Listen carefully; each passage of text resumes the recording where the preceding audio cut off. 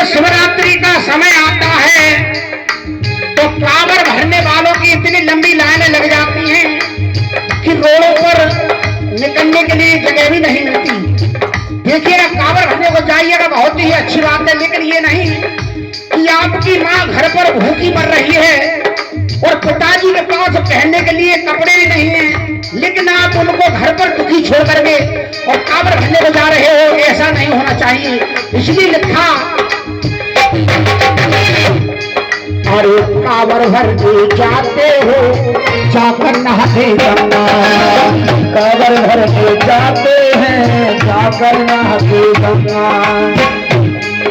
अरे घर पर मैया प्यासी है, पिता है भूखा नंगा।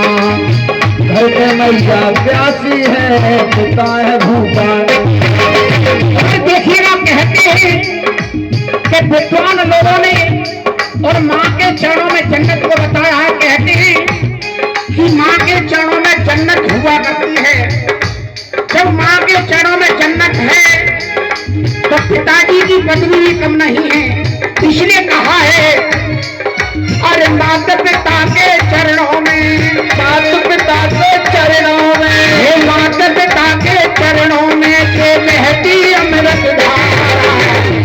भक्तों, जब आपके माँ बाप घर पर जीवित हैं तो आपको कहीं जाने की कोई भी जरूरत नहीं है। कह दो सच्चे दरबार की। इसने कहा है, अरे माता पिता के चरणों में के बहती अमृत धारा और सबका फर्ज यही है, मेरा और तुम्हारा, मेरा और तुम्हारा।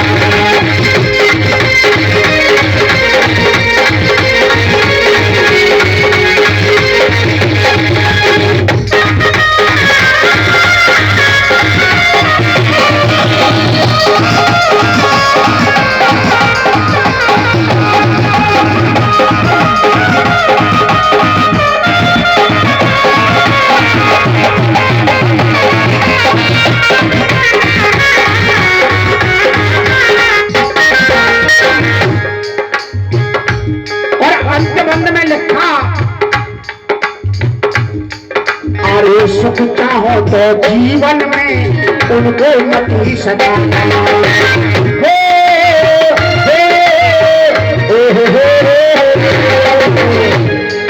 अरे सुख चाहो तो जीवन में उनको मत ही सताना।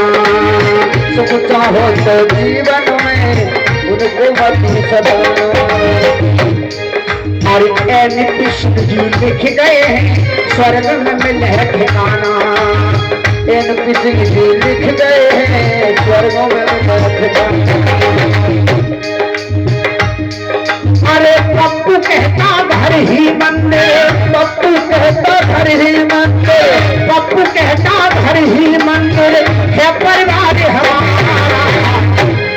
कहते हैं भक्तों, जिस घर आंगन में माँ बाप का आदर होता है, सम्मान होता है, वही घर मंदिर के समान हुआ करता है।